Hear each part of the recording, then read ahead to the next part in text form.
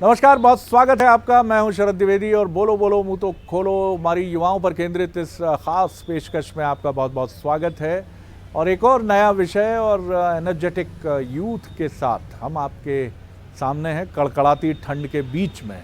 तो अदरक वाली कड़क चाय या अदरक पसंद नहीं हो तो जैसी आपकी मर्जी, मसाले वाली चाय या कोई और कहवा है, आजकल तो ग्रीन टी भी बहुत है, उठाइए और इस प्रोग्राम को देखना शुरू कर दीजिए।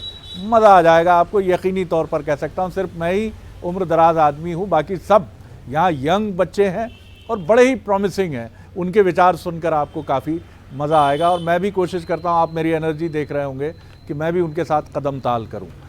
आज जिस विषय पर हम बात कर रहे हैं वो सब्जेक्ट बड़ा ही इम्पॉर्टेंट है। जैसे ही चुनाव आते हैं हम देखते हैं कि जैसे किसी मैच में, क्रिकेट मैच में विकेट गिरते हैं, ऐसे दल बदल शुरू हो जाता है। जैसे यूपी में इस समय कान ढके हुए मफलर से, शॉल से लोग यही बात कर रहे हैं, का गुरु 2 विकेट और गिरे हैं, का ये भी गए का, तो समाजवादी में आ जाएंगे तो कैसे चलेगा यार आए? तो इसका मतलब है कि जब चुनाव आते हैं तो ये झड़ी शुरू हो जाती है। मध्य प्रदेश में भी एक बड़ा पॉलिटिकल डेवलपमेंट हुआ, लेकिन उसके पीछे पॉलिटिकल वेंडेटा की कहानी है, उसके पीछे पॉलिटिकल वेंजेंस की कहानी है और ये भी माना गया कि वो मान अपमान प्रतिशोध की कहानी है। हालांकि दल बदल कितना जस्टिफाइबल है नहीं है ये एक अलग डिबेट का सब्जेक्ट है, लेकिन ऐसा दल बदल जिसके पीछे विशुद्ध रूप से ये समझ में आए कि अब गुरु चुनाव तो आ गया है, अब हमारा क्या बिगाड़ लेंगे, अब वैसे ही आचार संहिता लग चुका है, अगला सरकार हुआ जाएगा तो वहाँ भी मलाई काटेंगे ना। जब ये करने के लिए आप तैयार हैं सर, तो फिर तो ये तो अपॉर्चुनिज्म की इंतहा हो गई ना। तो ये दल बदल किस तरह से डेमोक्रेसी के लिए दीमक है? क्या हमारे लोकतंत्र में और बदलाव की ज़रूरत है? दल बदल कानून है, लेकिन उसका भी एक निश्चित संख्या में अगर आप दल बदल करते हैं तो वो मान्य हो जाता है। तो यही वजह है कि इसका बड़ा ध्यान भी रखा जाता है दल बदल करते हुए कि एक फैक्शन आए जिससे कि कहीं कोई प्रॉब्लम ना हो। आज इसी पर हम बात करेंगे। हमारे साथ एक बार फिर बड़ी एनर्जेटिक युवाओं की टोली है। चलिए मैं सीधे चलता हूं, मेरे साथ हैं, परिचय की कड़ी मैं आरंभ करता हूं, विधि सिंह। नमस्कार, मेरा नाम विधि सिंह है। माखनलाल चतुर्वेदी राष्ट्रीय पत्रकारिता एवं संचार विश्वविद्यालय से पत्रकारिता में परास्नातक मेरा पूर्ण हो चुका है। वर्तमान समय में नेट की तैयारी कर रही हूँ और जनजातियों पर भी थोड़ा बहुत कार्य कर रही हूँ। वाह विधि, बहुत ज़बरदस्त। और आपका जो अपीयरेंस है वो हमेशा मुझे बताता है कि आप परंपरा से अलग हटकर चलने वाली लड़की हैं। मेरा नाम बीहू भट्ट है। मैं अभी 11वीं कक्षा में हूँ। मैं इवेंट मैनेजर हूँ एंड मैं एनजीओज़ के साथ भी जुड़ी हुई हूँ। मेरा नाम इशिता है और मैं विधि संकाय की 4th वर्ष की छात्रा हूँ। नमस्कार, प्रणाम। मेरा नाम श्री राम पांडे है और माखनलाल चतुर्वेदी राष्ट्रीय पत्रकारिता संस्थान से विज्ञापन एवं जनसंपर्क की पढ़ाई कर रहा हूँ। शोध एवं साहित्य में रुचि है, इसी के साथ अध्ययन के साथ साथ ये सारी चीज़ें भी कर रहा हूँ और समाज कार्य में भी बहुत सारा काम किया हुआ है। मैं मास्टर्स ऑफ साइकोलॉजी की पढ़ाई कर रहा हूँ Bhopal school of social sciences से। साथ ही साथ नेताओं का मनोविज्ञान खूब समझते होंगे। जी हाँ, बिल्कुल कोशिश करते हैं। और साथ ही साथ लिखने का शौक़ रखता हूँ और कुछ कविताएं भी लिखता हूँ। बहुत बढ़िया। और कोशिश करता हूँ आसपास मदद करता रहूँ सोशल वर्क सेक्टर्स में। बहुत ही बढ़िया, कितनी सुंदर बात है। शिवम शुक्ला। जी सर, मैं वर्तमान में पोस्ट ग्रेजुएशन की पढ़ाई कर रहा हूँ डिप्लोमेसी लॉ एंड बिजनेस में Jindal school of international affairs से। और उसके साथ साथ मेरे जीवन का ध्येय यह है कि सामाजिक जीवन में या फिर सार्वजनिक जीवन में अपने राष्ट्र के लिए, उसकी उन्नति के लिए या उसमें कुछ अपना योगदान अपने हिस्से का सुनिश्चित कर पाऊँ। आप अपने विचारों से योगदान दीजिएगा आज इस विषय में कि कोशिश करेंगे किस तरह सर। से हमारे राजनेताओं का ये जो है। सबसे पहले मैं हमारी जो सबसे छोटी मेंबर हैं बीहू, तो बीहू मुझे ये बताओ कि अभी जब आप स्कूल में हो और आप देख रही हो ये सारी चीज़ें, उत्तर प्रदेश में जिस तरह हमने देखा कि बीते करीब 3-4 दिनों में जो पतझड़ दल बदल की शुरू हुई है, भारतीय जनता पार्टी से शुरू होकर समाजवादी पार्टी में गई है। राजनीति में बहुत हार्डकोर इंटरेस्ट तो नहीं होगा आपका, लेकिन आप कैसे देखती हैं इसको? मेरा इसको देखने का नज़रिया थोड़ा अलग है।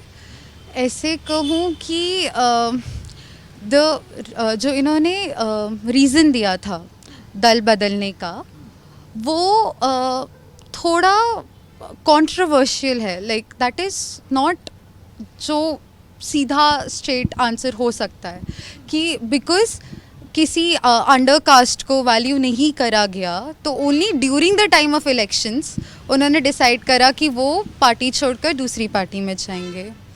तो उनका एक सोचने का तरीका सामने सीधा सीधा नहीं आया। उन्होंने एक सेंसिटिव टॉपिक पे वो करा है। राजनीति में सीधा बोलने का ट्रेडिशन कहाँ है? ट्रू, बट वो काफ़ी एक वो चालाकी से कहूँ एक ऐसे मुद्दे को जो सबके दिलों में एक सॉफ्ट कॉर्नर रखता है उसको उछाल के बिहू, हम राम राज्य में नहीं हैं, श्री राम हमारे साथ हैं, लेकिन हम राम राज्य में नहीं हैं जहां सीधा बोला जाए कि हम अवसरवादी हैं, हम मौका परस्त हैं, इसलिए हम दल बदल रहे हैं। ऐसा बोलने की परंपरा नहीं है। कोई ना कोई आरोप लगाएंगे तो आपको अच्छा नहीं लगा। कुल मिलाकर आप मानती हैं कि उन्होंने सीधी बात नहीं की और एक यंगस्टर के नाते आपको लगता है मतलब उस टॉपिक को उठाने की ज़रूरत नहीं होती है। उन चीज़ों को जो टॉपिक सेंसिटिव होते हैं उनको एक गलत वे में यूज़ करना इज़ नॉट राइट। इशिता, आप क्या कहेंगे? मेरा मानना है कि दल बदलने का जो कारण उन्होंने दिया है वो सेंसिबल होना चाहिए। हाँ, जैसे कि वेरी ट्रू, बहुत अच्छी बात। अगर दल बदलने का कारण ये है कि इलेक्शन से जस्ट पहले उन्हें ऐसा फील हो रहा है कि इलेक्शन के कारण उनके साथ ढंग से बर्ताव नहीं हो रहा, या उनकी जो पार्टी जो है उनकी, क्योंकि पार्टी बनती है आइडियोलॉजी से, अगर आइडियोलॉजी उनकी चेंज हो रही है उस टाइम तो पार्टी में रहने का कोई मतलब नहीं, तब वो दल बदल सकते हैं। पर इसका एक पहलू ये भी है कि कई सारे जो लोग नेता होते हैं जब वो देखते हैं कि इसके जीतने के चांसेस कम हो रहे हैं तो वो मौका देख के बदल लेते हैं। तो इसमें वो डिपेंड करता है कि उन्होंने किस चीज़ में किया है, और हम इसमें कुछ अपने साफ राय नहीं दे सकते जब तक हम पूरी तरह जाने कि उनकी क्या मन में एक्शन के इंटेंशन क्या थे। बिल्कुल ठीक बात है, लेकिन यहाँ अपेरेंटली ये बहुत साफ है कि दल बदलने की वजह क्या है। जिस तरह का रीज़न वो दे रहे हैं, तो जब तक आप उस पार्टी में थे, यानी भारतीय जनता पार्टी में थे, तब तक आपको ये समझ नहीं आ रहा था कि ओबीसी की उपेक्षा हो रही है तथाकथित रूप से, और अचानक उपेक्षा होने लगती है, और वो भी आचार संहिता लगने के बाद, जबकि अगली सरकार 10 मार्च के बाद बनने की तैयारी शुरू हो जाएगी। बहरहाल मैं श्रीराम आपकी तरफ आता हूँ। राजनीति का ये जो चेहरा है, ये आप युवाओं को कैसा लगता है? अब क्या आप लोग इसको एक्सेप्ट कर चुके हैं कि ऐसा होता ही है यार, कौन सी नई बात है, वो बहुत सामान्य है, बहुत साधारण है, बहुत किस तरह देखते हैं आप इसे? अगर हम बात करें पूरे ऐतिहासिक परिप्रेक्ष्य की भी, तो जहाँ दिखे कंदमूल फल वहीं लगा दो छलांग। राजनीति में दल बदलू जो परिदृश्य है वह ऐसा ही चल रहा है, अभी भी और पहले भी। एक जो जननायक होता है, जो नेता होता है, वह एक उस क्षेत्र की संपूर्ण जनता का प्रतिनिधित्व करता है। वह उस क्षेत्र का जननायक होता है, और वह न सिर्फ उस जनता का प्रतिनिधित्व करता है, बल्कि वह जिस पार्टी में होता है, वह जिस भी पार्टी में होता है, उस पार्टी का भी प्रतिनिधित्व करता है जनता के लिए। तो इन दोनों के बीच में सामंजस्य स्थापित करने के लिए वहाँ नेता होता है, और जब वह दल उसका परिवर्तित होता है, वह दल बदलू होता है, तो इसमें बहुत सारी चीज़ें बिगड़ सी जाती हैं। नेता का जननायक के प्रति विश्वास उखड़ जाता है, और पार्टी का जनता के प्रति, और ये सारी चीज़ें सहमति बनाना बड़ा कठिन होगा। अब तो ऐसा लगता है कि ये तथाकथित जननायक जनता की आंखों में झांकते हैं। का गुरु चेंज करें? अरे करिए सर, बहुत हो गया बीजेपी में, आइए ना आप समाजवादी पार्टी में। ये उनका कॉन्फिडेंस क्यों है सर? और दल बदलने के बाद भी अब उनके जीतने का रेशियो बहुत अच्छा खासा है। ये भी बहुत सारे कंट्रोवर्शियल टॉपिक्स हैं, जो जैसा कि बिहू ने बताया सेंसिटिव टॉपिक्स हैं। इन बिनाहों पर वो उन जनता के साथ खेलते हैं जो उस चीज़ को समझने में असमर्थ होते हैं। बिल्कुल ठीक है। मैं सिद्धार्थ आपकी तरफ आता हूँ। आप सिर्फ इसके लिए पॉलिटिशियन को कटघरे में नहीं खड़ा कर सकते। वो जनता जो उन्हें ये कॉन्फिडेंस देती है कि दल बदलिए ना, हम जिताने वाले तो हम हैं ना सर, इलेक्ट्रॉनिक वोटिंग मशीन में मताधिकार करने वाले तो हम ही हैं ना सर, वोट राइट तो हमारा है। तो ये कॉन्फिडेंस उनको कहाँ से आता है? कास्ट सेगमेंट से आता है। अपनी ही कास्ट के लोग उनको ये बताते हैं कि आप तो जीतेंगे। क्या इन सारी चीज़ों को भी देखकर हम ये नहीं कह सकते कि ये जनता ही है, ये जनता है, यथा राजा तथा प्रजा, जैसी जनता वैसे पॉलिटिशियन? जी सर, देखिए बैलेंस में हर चीज़ चलती है। पूरा सच भले ही ना हो। जी हाँ, हर चीज़ बैलेंस में चलती है। और कहते हैं पॉलिटिक्स में आप अच्छे आदमी होना, आपको चालाक आदमी चालाक होना चाहिए। और अनफॉर्चुनेट जब बट हम इट इज ट्रू। जब हम इलेक्शन की बात करते हैं सर, तब इलेक्शन में तीन चीज़ों से के बेसिस पे खिलवाड़ किया जाता है, इलेक्शन लड़े जाते हैं। एक रहता है पैसा, इलेक्शन में पैसा बहुत बिल्कुल लगता ठीक है। दूसरा लोकप्रियता, बहुत बढ़िया। किस नेता की कितनी लोकप्रियता है। और तीसरा कि पावर, क्या मैं किसी पार्टी में जाने के बाद नायक बन जाऊंगा। तो ये तीन चीज़ रहती हैं। अब यही तीन चीज़ ऑडियंस को, जनता को भी सोचनी चाहिए कि यह सही में हमारे फ़ायदे के लिए दल बदल रहे हैं या खुद के फ़ायदे के लिए दल बदलना चाह रहे हैं। और हमें, जैसा आपने कहा, कि कोशिश कर रहे हैं हमारी आंखों में धूल झोंके। बिल्कुल ठीक है। विधि, मैं आपकी तरफ आता हूँ। पहले समाज में ये होता था कि देखिए वैल्यूज़ कितनी बदली हैं कि पहले जो पैसा कहाँ से आया है ये बहुत पूछा जाता था कि ये पैसा कहाँ से आया। जो दीवार का डायलॉग था, ये गाड़ी, ये बंगला, ये कहाँ से आया, भाई तुम साइन करते हो या नहीं। अब ये कोई नहीं पूछता। अब भाई साइन कर दे ना कर दे, उन्होंने कहा गाड़ी, बंगला, सारी चीज़ें हैं। पॉलिटिक्स में भी क्या यही है कि अब सक्सेस, सिर्फ सक्सेस, बाकी कुछ नहीं, नो वैल्यूज एट ऑल। बिल्कुल वैल्यूज़ की कोई कीमत नहीं रह गई है। कहाँ पहले के राजनेता जब सदन में बोलते थे तो इतना मर्यादित शब्दों का प्रयोग करते थे। आप छोटे से स्तर पे देखिए कि सदन में जब आप खड़े होकर बोल रहे हैं तो विपक्षी के लिए भी आप मर्यादाजनक शब्दों का प्रयोग कर रहे हैं। आज सदन में क्या स्थिति है। और रही बात, आज पूरी राजनीति पैसों पर आधारित हो गई है। अगर यदि हम ये बात कहें तो बिल्कुल भी गलत नहीं होगा, क्योंकि अगर जिन लोगों ने पार्टी छोड़ी वो उसके पहले जिस पार्टी में थे वो भी तो पिछड़ों की पार्टी थी।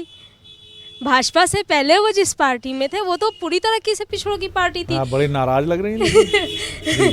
जी। तो वहाँ पे उन्होंने क्यों नहीं कार्य किया। फिर वो बीजेपी में आते हैं, वहाँ पे कुछ कार्य करते हैं, नाराज होते हैं, फिर दूसरी पार्टी में जाते हैं ये बोल के कि हम इस विशेष दल के लिए, इस विशेष कुनबे के लिए कार्य करेंगे। अगर आपको कार्य करना ही होता तो जहाँ से आपकी शुरुआत हुई थी आपने वहीं कार्य किया हुआ था। इतना आया राम गया राम बनने की क्या आवश्यकता थी।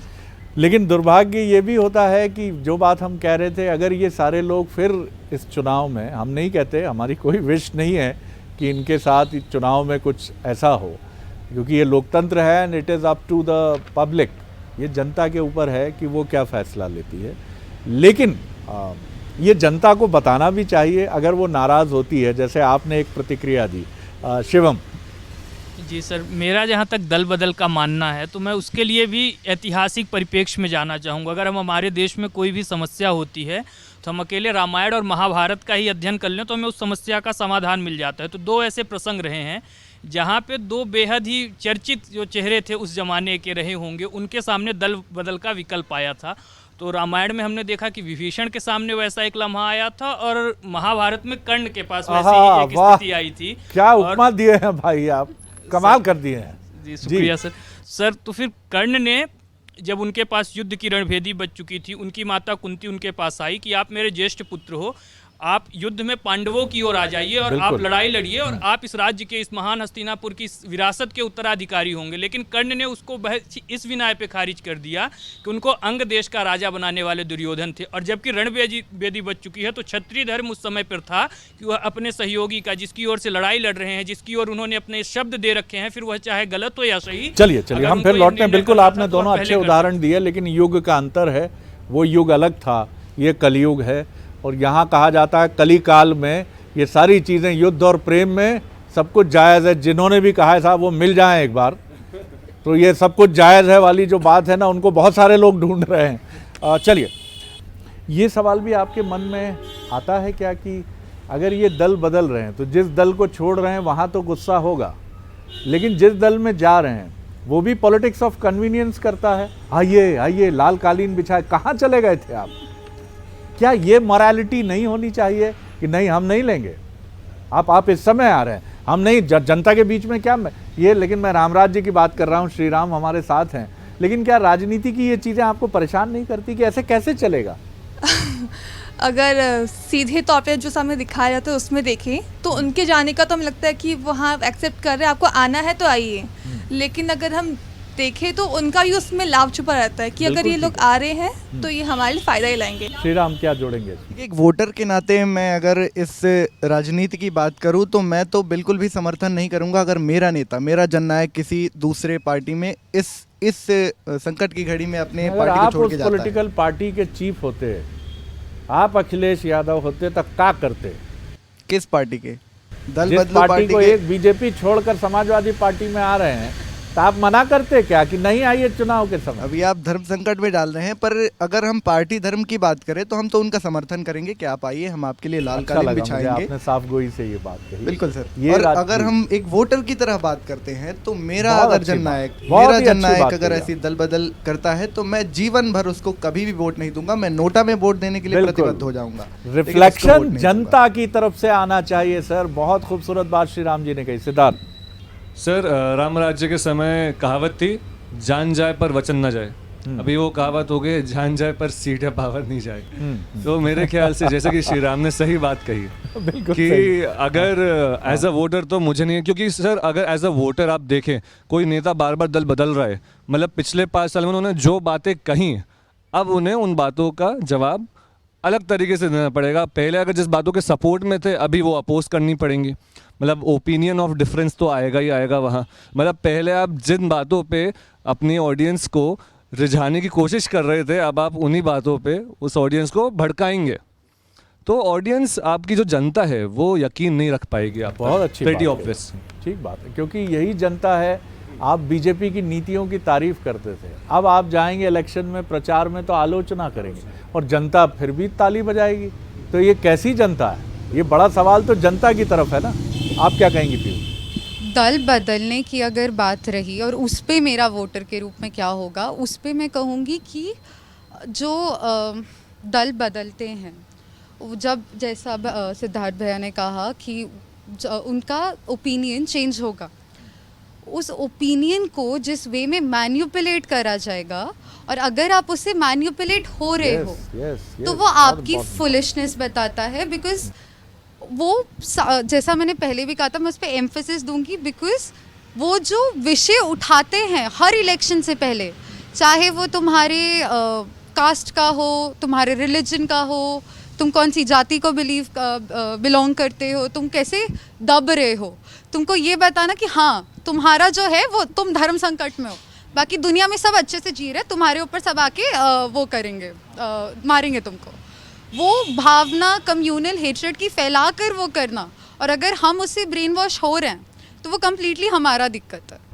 तो आप लोग कहीं ना कहीं ये तो मानते ही हैं कि जो हमारा पॉलिटिकल सिस्टम है और उसमें मतदाताओं का जो वर्ग है, एक बड़ा वर्ग अभी भी है जो इसको पॉलिटिकल डिज़ाइन को नहीं समझता है या समझने की कोशिश नहीं करता है, क्योंकि या तो वो जातिवाद की नज़रिए से सोचने लगता है कि आखिर हैं तो हमारी ही जाति के नेता ना, अब बीजेपी में रहें या समाजवादी पार्टी में रहें, इनकी ताकत बढ़ानी है। जब वो ऐसा सोचने लगता है तो वो भी जायज़ मानने लगता है।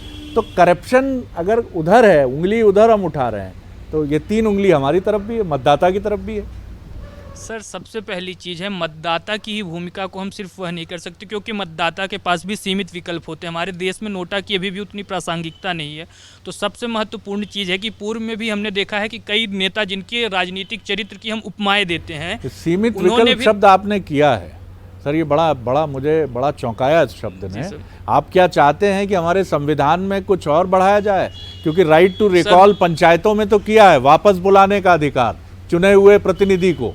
वो एक बड़ी बात हो जाएगी सर। उसके लिए बाकायदा एक देश में व्यापक स्तर का विमर्श चाहिए, उसके बाद से इस प्रकार के बिल्कुल किसी सही। नतीजे पे पहुंचा जा सकता है। सर लेकिन आप मताधिकार को सीमित विकल्प मानते हैं। मताधिकार को नहीं सर, नोटा को जो हम अपने मत दे रहे हैं तो वह एक सीमित विकल्प है। उससे अगर नोटा से और कैसे विकल्प चाहिए सर? सर अगर नोटा को 60% वोट मिले और किसी प्रत्याशी को 40% वोट मिले, फिर भी वह प्रत्याशी जीत जाता है चुनाव, तो हाँ, नोटा उतना ये प्रासंगिक बड़ी नहीं है। important बात और कही। सर दूसरी चीज, राजनीति बढ़िया। में हमने देखा है कि कई बार सत्ता का विकल्प होने के बावजूद कई नेताओं ने उस सत्ता को ठुकरा करके दल को बदला और एक प्रकार से चुनावों में गए और उन्होंने जनता का समर्थन हासिल करके दल बदल को मतलब ये एक तरीके से कब स्वीकार्य बना की दिया। बात बता रहे मैं हैं? VP Once upon a time there was a king। It was not long back, VP Singh की ही मैं बात कर रहा हूँ। फिर उन्होंने भी 30 साल तो हो गए। जी सर, तो आज के ज़माने में अगर दल बदल हो रहा है तो हमें उसकी परिस्थितियां देखनी होंगी। कई बार क्या होता है, नेता अपने उन लोगों के साथ उतना 100% नहीं दे पा रहा होता है किसी एक राजनीतिक दल के साथ, तो उसके सामने भी मजबूरियां होती हैं कि वह अपने लोगों के हितों के लिए दल को बदल ले। चल, लेकिन आपने बहुत खूबसूरत बात कही सर, बहुत खूबसूरत बात आपने कही कि नोटा जैसे विकल्पों को और धारदार बनाने की ज़रूरत है, उनके दांत और नाखून और पैने करने की ज़रूरत है, और उनसे जनप्रतिनिधि जो निर्वाचन में उतरते हैं उनके भाग्य को कुछ इस तरह से जोड़ा जाए कि नोटा नाम का ये जो एलिमेंट है, इससे उनकी, माफ़ कीजिएगा मैं कोई और बात बोलूँगा, लेकिन उससे उनको लगे कि ये नोटा कहीं गड़बड़ ना कर दे। जी विधि। सर, जैसे आपने बात की शुरुआत की, विश्वसनीयता का जो संकट है वो इस समय काफ़ी गहराया है और लोगों के मन में ये बात काफ़ी गहराई तक बैठ चुकी है कि ये भले किसी भी पार्टी में हो लेकिन है तो हमारी ही जाति का, क्योंकि एक ग्रामीण पृष्ठभूमि से हम बिलोंग करते हैं। मेरा पूरा अभी तक का जीवन ग्राम में बीता है, तो जो दादा दादी सब बैठ के बात करते हैं